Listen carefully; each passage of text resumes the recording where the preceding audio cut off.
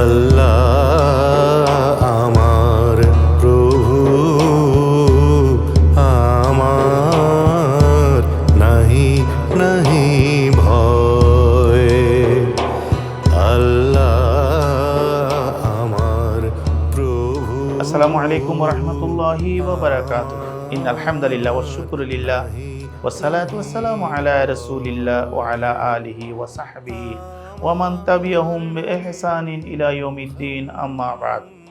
প্রিয় দর্শক, দূরে কাছে, দেশ ও বিদেশে যে যেখান থেকে এই মুহূর্তে আমাদেরকে দেখছেন, সকলকে অনিমেষ শুভেচ্ছা ও অভিনন্দন জানাচ্ছি। আশা করছি সবাই ভালো আছেন, সুস্থ আছেন, নিরাপদে আছেন।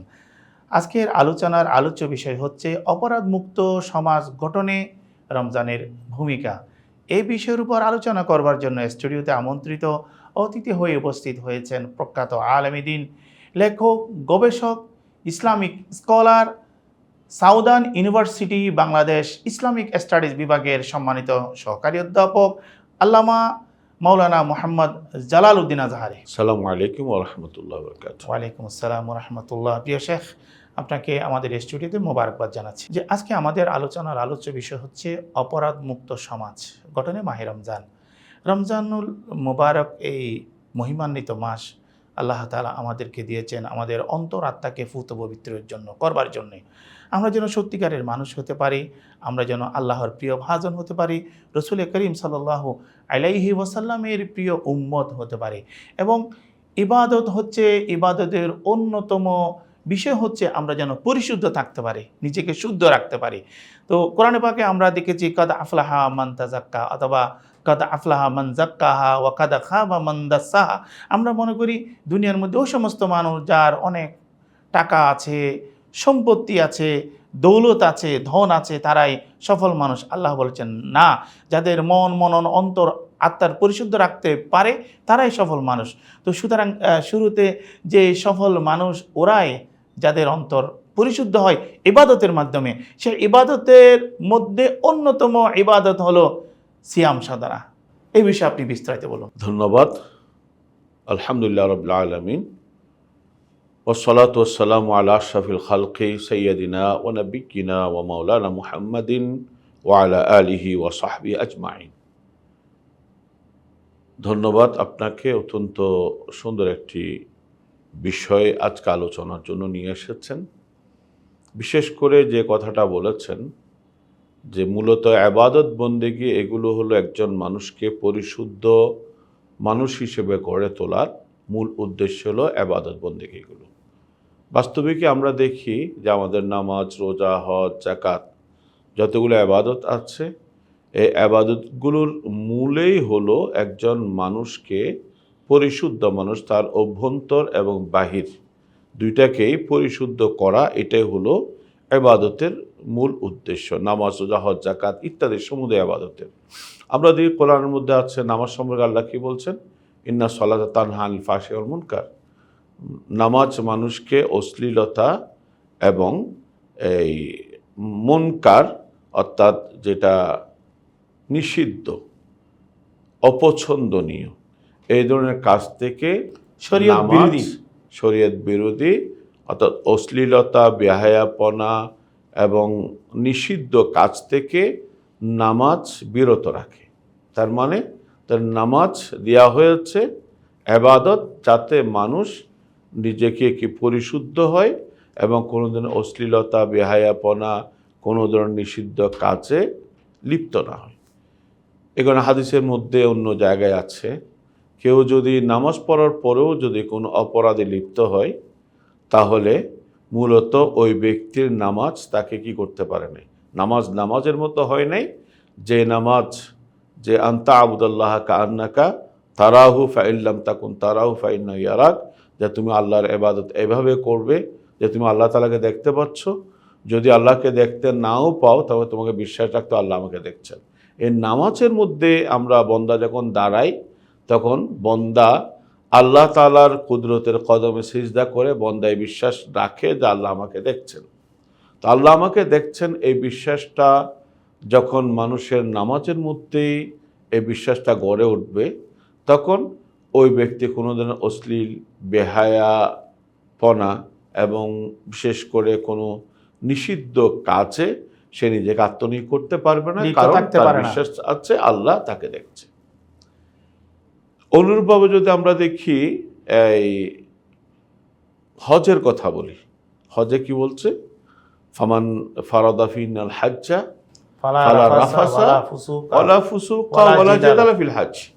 আল্লাহ বলছেন কি, যার উপর হজ ফরজ হয়েছে সে যেন হজের মধ্যে কোনো অশ্লীলতা, কোনো ধরনের বেহায়াপনা, কোনো ধরনের ঝগড়া বিবাদ, এই ধরনের কাজে যাতে সে লিপ্ত না হয়। তাহলে হজের মাধ্যমে আল্লাহ তাআলা মানুষকে পরিশুদ্ধ করার জন্য তার আচার আচরণ, তার টোটাল জীবনকে পরিশুদ্ধ এবং সুন্দর করার জন্য এই ইবাদত হজ আল্লাহ তাআলা দিয়েছেন। অনুরূপভাবে যদি যাকাত দেখি, এখানে হজের ক্ষেত্রে যদি আরও বলি, অন্য হাদিসের মধ্যে আছে মান হাজ্জা ফালাম ইয়ারফাস ওয়ালাম ইয়াফসুক রাজা মিন জুনুবিহি কায়াউমিন ওয়ালাদাতু উম্মুহু। হাদিসের মধ্যে যে ব্যক্তি হজ করেছে সেখানে কোনো অশ্লীল কথা এবং অশ্লীল কোনো কাজে লিপ্ত হয়নি, তখন সে তার অপরাধ থেকে এমনভাবে মুক্ত হয়ে গেল, এমনভাবে মুক্ত হয়ে সে স্বদেশে ফিরে আসলো, যেমনিভাবে একটা নবজাতক আজকে জন্মগ্রহণ করেছে, যেমনিভাবে সে নিষ্পাপ, অনুরূপভাবে সে নিষ্পাপ হয়ে ঘরে ফিরে আসলো। তাহলে দেখা যায় হজ এটাও মানুষকে কি, এই মানুষকে পরিশুদ্ধ করার জন্য, মানুষের জীবন আচার আচরণ সব কিছুকে নিয়ন্ত্রিত করার জন্য এই ইবাদত। অনুরূপভাবে যদি আমরা যাকাত দেখি, খুয মিন আমওয়ালিহিম সাদাকাতান তুতাহিরুহুম ওয়া তুযাক্কিহিম বিহা। কোরআন মধ্যে আল্লাহ বলছেন যে আল্লাহ হাবিব সাল্লাল্লাহু আলাইহি ওয়াসাল্লামকে নির্দেশ দিচ্ছেন, এই হাবিব আপনি আপনার উম্মতদের থেকে, মুসলমানদের কাছ থেকে আপনি যাকাত সংগ্রহ করুন। এই যাকাতের মাধ্যমে তাদেরকে পবিত্র করবেন, ওয়া তুযাক্কিহিম, তাদের সম্পদকেও পবিত্র করবেন, সাথে সাথে তাদের অন্তরকেও আপনি কি করবেন, পবিত্র করবেন। কারণ যাকাতের মাধ্যমে মানুষের অন্তর পবিত্র হয়, এবং সাথে সাথে সম্পদের যে লোভ, লালসা, এগুলো থেকে মানুষ নিজেকে মুক্ত রাখতে পারে। সাথে সাথে এই গরিব মিসকিন বা যারা যাকাত পায় তাদের সাথেও একটা হৃদ্যতার একটা সম্পর্ক সৃষ্টি হয়। তো দেখা যায় যাকাতও মূলত একজন মানুষকে কি পরিশুদ্ধ করার জন্য। আর রোজা তো আছেই, রোজা আল্লাহ তাআলা রোজা দিয়েছেন মানুষকে তাকওয়ার বাস্তব প্রশিক্ষণ এবং বাস্তবভাবে তাকওয়া কাকে বলে তার অনুশীলন এবং চর্চা করার জন্য। সেই জন্যই আমরা দেখি যে রোজার মাধ্যমে আল্লাহ বলছেন কুতিবা আলাইকুমুস সিয়ামু কামা কুতিবা আলাল্লাযিনা মিন ক্বাবলিকুম লাআল্লাকুম তাত্তাকুন। আল্লাহ বলছেন তোমাদের উপর রোজা ফরজ করা হয়েছে যেমনিভাবে পূর্ববর্তীদের উপর ফরজ করা হয়েছিল। রোজা কেন ফরজ করা হয়েছে? আল্লাহ বলছেন যাতে তোমরা তাকওয়া অর্জন করো। তাহলে তাকওয়া অর্জন, সেটার মূল উদ্দেশ্য হলো কি? রোজা। তাহলে তাকওয়া মানে হলো একজন মানুষ তার কথা, তার কাজ, তার চিন্তা ভাবনা, তার আচার আচরণ সব কিছুকে এমনভাবে নিজের নিয়ন্ত্রণে রাখা, পরিমার্জিত রাখা, সুচারুরূপে সম্পন্ন করা, যে আমার সব কাজ আল্লাহ দেখছেন, আল্লাহ জানেন, আল্লাহ শুনেন। তো সুতরাং আমি এমন কোনো কাজ আমি করতে পারি না যে কাজে আল্লাহ রসুল অসন্তুষ্ট হন, এবং এমন কোনো ভালো কাজ আমি ছেড়ে দিতে পারি না যে কাজ ছেড়ে দিলে আল্লাহ রসুল অসন্তুষ্ট হন। এই যে এটাকে বলা হয় তাকওয়া। তাকওয়া অন্য জায়গায় বলা হয় তাকওয়া হলো যে কাজে আল্লাহ রসুল রাজি আছে ওই কাজে যাতে তুমি থাকো, আর যে কাজে আল্লাহ রসুল নারাজ ওই কাজে যাতে তোমাকে পাওয়া না যায়, এটার নাম তাকওয়া। তো এটা হলো পরিপূর্ণভাবে একজন মানুষকে পরিশুদ্ধ করা। তো আপনি আজকে যেই বিষয়টা শিরোনাম হিসেবে রেখেছেন, আমি মনে করি একজন মানুষ, এবং এভাবে মানুষ একজন মানুষকে দিয়ে তো একটা সমাজ গঠিত হয়। আমরা যদি ধরে নিই একটা সমাজ একটা বিল্ডিংয়ের মতো, তাহলে এই সমাজের যতগুলো মানুষ আছে এক একটা ইটের মতো। ইটগুলো যদি ভালো হয়, 1 নাম্বার ইট হয়, তাহলে বিল্ডিংটা 1 নাম্বার হবে, 2 নাম্বার হলে 2 নাম্বার হবে, 3 নাম্বার হলে 3 নাম্বার হবে। অনুরূপভাবে ওই প্রথমেই ওই ব্যক্তি, এই জন্যে রসুল করিম সাল্লাল্লাহু সাল্লাল্লাহু আলাইহি আলাইহি সাল্লাম ব্যক্তিকে পরিশুদ্ধ করেছেন, ব্যক্তিকে পরিশুদ্ধ করার চেষ্টা করেছেন, যে ব্যক্তিগুলোই সমাজকে পরিচালনা করবে, সমাজের একটা অংশ। ব্যক্তি পরিশুদ্ধ হলে তার সমাজও পরিশুদ্ধ হবে, ওই সমাজটাও সুন্দর সমাজ হবে। এই কারণে যতগুলো আবাদত আছে, এগুলো আবাদতের উদ্দেশ্য হলো মানুষ কি নিজেকে পরিশুদ্ধ পরিশুদ্ধ করবে, করা। তার আত্মাকে পরিশুদ্ধ করবে, সাথে সাথে তার কর্মকেও কি করবে, পরিশুদ্ধ করবে। এই জন্য একটা হাদিসের মধ্যে আছে, এক মহিলা, আল্লাহ রাসূলের সামনে উল্লেখ করা হলো যে সে তাসুমু ওয়া তুসল্লি ওয়া তাতাসাদ্দাকু ওয়ালাকিন্নাহা তুজি জারাহা, যে রাসূল করিম সাল্লাল্লাহু আলাইহি ওয়াসাল্লামের কাছে একজন মহিলার কথা উল্লেখ করা হলো, সে নামাজ পড়ে, রোজা রাখে, হ্যাঁ, সদকা খেরাত করে, কিন্তু সে তার প্রতিবেশীকে কষ্ট দেয়। আল্লাহ রাসূল বলেন লা খায়রা ফিহা, ওই মহিলার মধ্যে কোনো কল্যাণ নেই। নাই। পক্ষান্তর একজন মহিলা বলা হচ্ছে সেই নামাজ রোজা এগুলো করে, সাথে সাথে সে তার কোনো প্রতিবেশীকে কষ্ট দেয় না। রাসূল করিম সাল্লাল্লাহু আলাইহি ওয়াসাল্লাম বললেন হিয়া মিন আহলিল জান্নাহ, সে কি জান্নাতি। যেন একটা হাদিসের মধ্যে আছে, সাহাবায়ে কারাম একজন আরেকজনকে বলা বলি করছেন যে তোমরা যদি কোনো জান্নাতি মহিলা কি দেখতে চাও? তিনি বললেন হ্যাঁ অবশ্যই, জান্নাতি মহিলা কেন দেখতে চাইবে?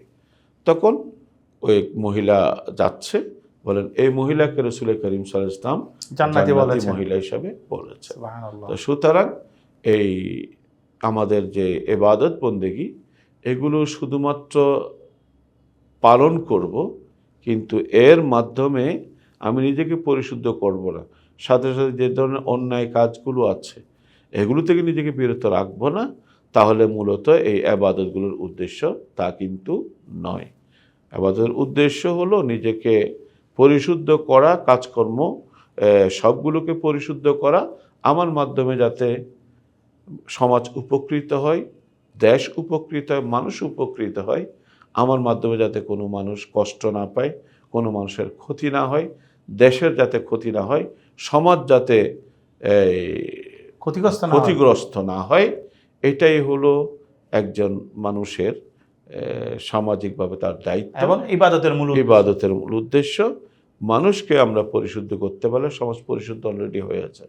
যে মোহতারাম, আমরা একটি বিরতিতে যাব। বিরতির পর আপনার কাছ থেকে আমরা আরও আলোচনা শুনব। প্রিয় দর্শক, সময় হয়েছে বিজ্ঞাপন বিরতিতে যাবার। ততক্ষণ আপনাদের প্রিয় ইসলামী অনুষ্ঠান হেরার পথের সাথেই থাকুন।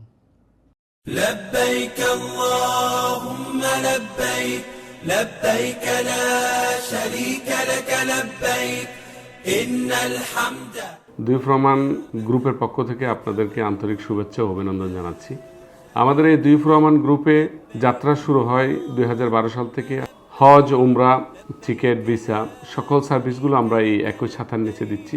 আপনাদের এই সেবাগুলো গ্রহণ করার জন্য আমাদের পরিবার, এই দুই প্রমাণ পরিবারের সাথে আপনারা আস্থা রাখতে পারবেন, সেই প্রত্যাশা আপনাদের প্রতি রাখছি। আসসালামু আলাইকুম রহমতুল্লাহ।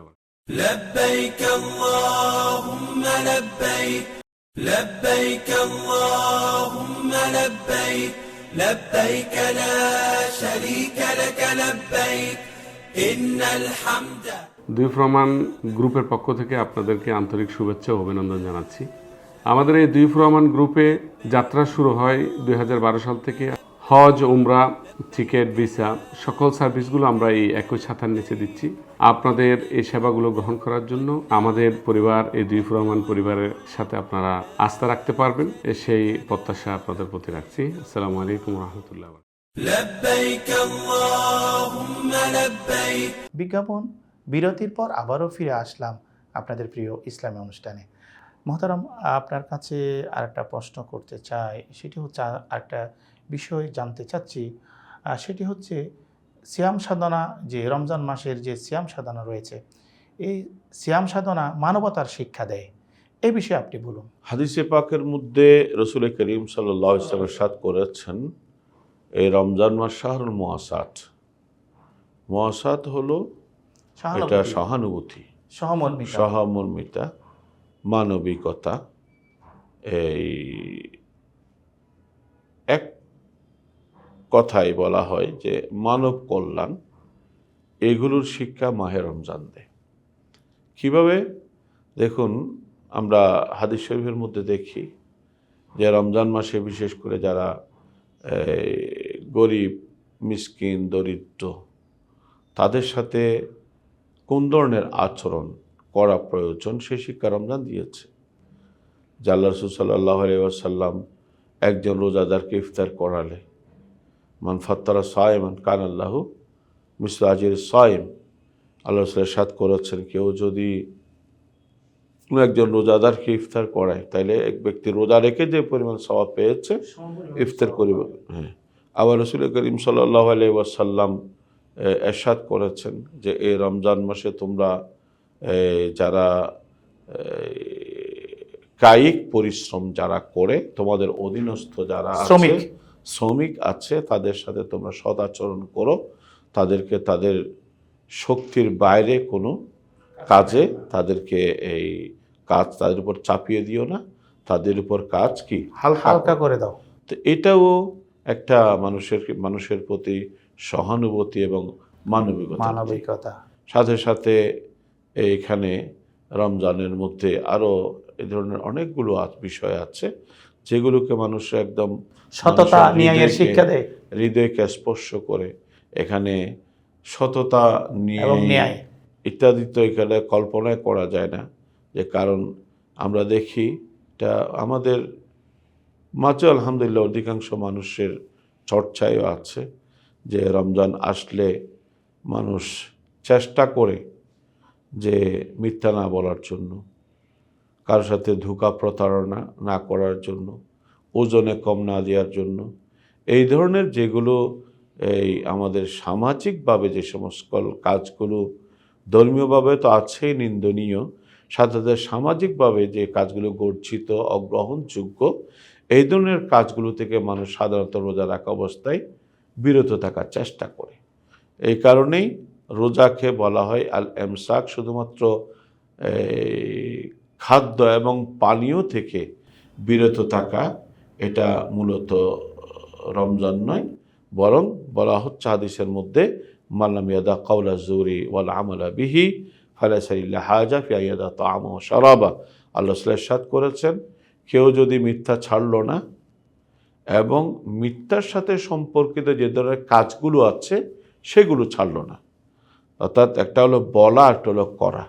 তো যত ধরনের মিথ্যা এবং মিথ্যার সাথে সংশ্লিষ্ট, মিথ্যার সাথে প্রতারণা আছে, ধোঁকা আছে, আমানতের খেয়ানত আছে, ওজনে কম দিয়ে আছে, এই ধরনের যতগুলো আছে, এই ধরনের কাজগুলো যেগুলো মানুষ স্বাভাবিকত বেশি করে থাকে, যেই পরিহার করবে না, ত্যাগ করবে না, আল্লাহ রাসূল সাল্লাল্লাহু আলাইহি ওয়াসাল্লাম ইরশাদ করলেন ওই ব্যক্তির রোজা এটা প্রকৃতপক্ষে কি রোজা নয়। সেই রোজা রেখেছে, বলেন এই ব্যক্তির রোজার মধ্যে আল্লাহর কাছে কোনো কিছু পাবার নেই। যেখানে আল্লাহ তাআলা রোজার জন্য অনেক প্রতিদানের কথা আল্লাহ তাআলা হাদিসে কুদসির মধ্যে বলেছেন, আল্লাহ রাসূল সাল্লাল্লাহু আলাইহি ওয়াসাল্লাম হাদিসের মধ্যে বলেছেন।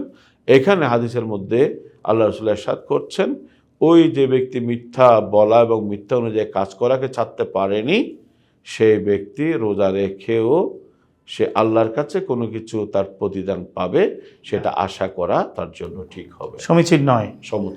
মহতারাম, আরেকটা বিষয় আপনি আমাদেরকে বলুন, যেটি হচ্ছে এখন বর্তমানে রন্ধ্রে রন্ধ্রে দেখা যায় দুর্নীতি। এই দুর্নীতি মুক্ত সমাজ গঠনে রোজার একটি বিশেষ ভূমিকা রয়েছে, এই বিষয়ে একটু বলুন। আসলে রোজায় আমাদেরকে বাস্তবিক প্রশিক্ষণ দিচ্ছে যে যেই ধরনের সামাজিক যত ধরনের অপরাধ আছে, যত ধরনের দুর্নীতি আছে, সামাজিকভাবে যা গর্জিত কাজগুলো আছে, এগুলো থেকে যাতে মানুষ বিরত থাকে, এটা শিক্ষা মাহে রমজান আমাদেরকে দিচ্ছে।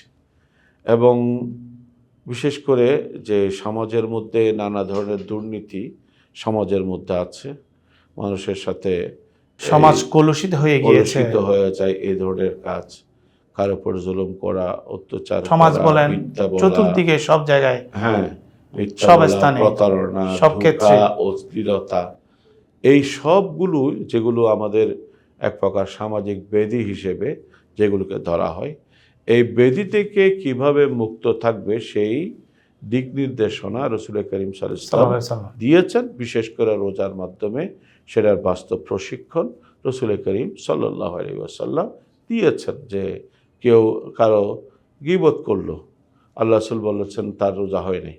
অর্থাৎ যদিও বা তার রোজা এমনি শরীয়তের দৃষ্টিতে রোজা আদায় হয়ে গেছে, কিন্তু সেই আসলে রোজার যে প্রকৃত প্রতিদান সেটা কিন্তু সেই পায়নি। অনুরূপভাবে হাদিসের মধ্যে আছে যে অনেকেই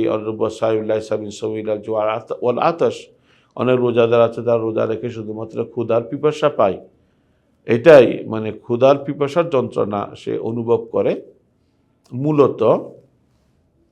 মূলত সে ব্যক্তি রোজার যে আসল উদ্দেশ্য, যে উদ্দেশ্যে আল্লাহ তাআলা আমাদেরকে রোজা দিয়েছেন, কোরআনের মধ্যে আল্লাহ বলছেন লাআল্লাকুম তাত্তাকুন, তোমার যাতে তাকওয়া অর্জন করতে পারো, সেই ব্যক্তি কিন্তু আসলে তাকওয়া অর্জন করতে পারেনি এই রোজার মাধ্যমে।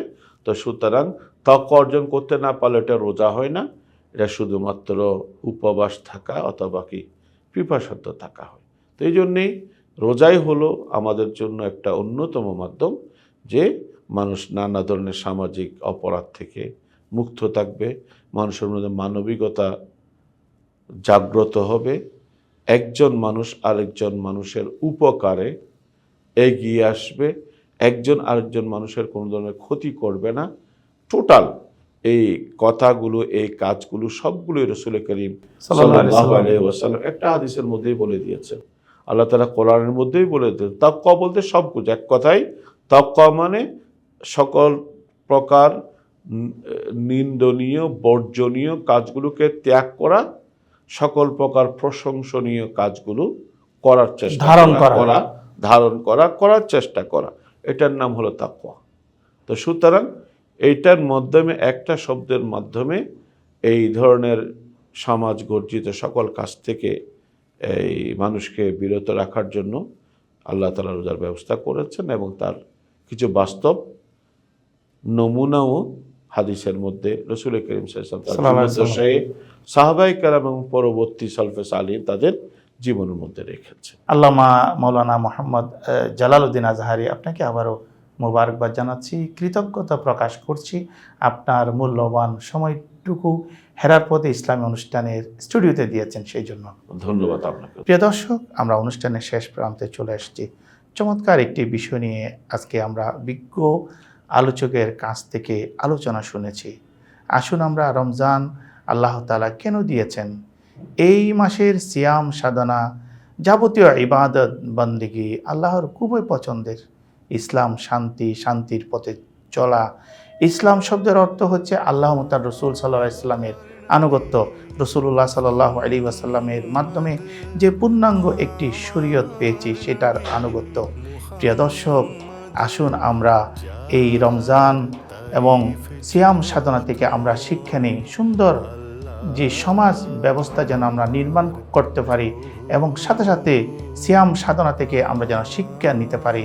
মহান আল্লাহ রাব্বুল আলামিন সেই তৌফিক দান করুন, আমিন। প্রিয় দর্শক, এতটুকু পর্যন্ত যারা আমাদের সাথে ছিলেন, আমাদের অনুষ্ঠান দেখছিলেন, হেরার পথের অনুষ্ঠানে ছিলেন, সকলকে আবারও মোবারকবাদ জানাচ্ছি, ধন্যবাদ জানাচ্ছি, প্রীতিপূর্ণ শুভেচ্ছা জানাচ্ছি, আগামী পর্ব দেখার আমন্ত্রণ জানাচ্ছি। সবাই ভালো থাকুন, সুস্থ থাকুন, নিরাপদে থাকুন। আসসালামু আলাইকুম ওয়া রাহমাতুল্লাহি ওয়া বারাকাতুহু। لبيك اللهم لبيك لبيك لا شريك لك لبيك إن الحمد। দুই ফ্রমান গ্রুপের পক্ষ থেকে আপনাদেরকে আন্তরিক শুভেচ্ছা ও অভিনন্দন জানাচ্ছি। আমাদের এই দুই ফ্রমান গ্রুপে যাত্রা শুরু হয় 2012 সাল থেকে। হজ, উমরা, টিকিট, ভিসা সকল সার্ভিসগুলো আমরা এই একই ছাতার নিচে দিচ্ছি।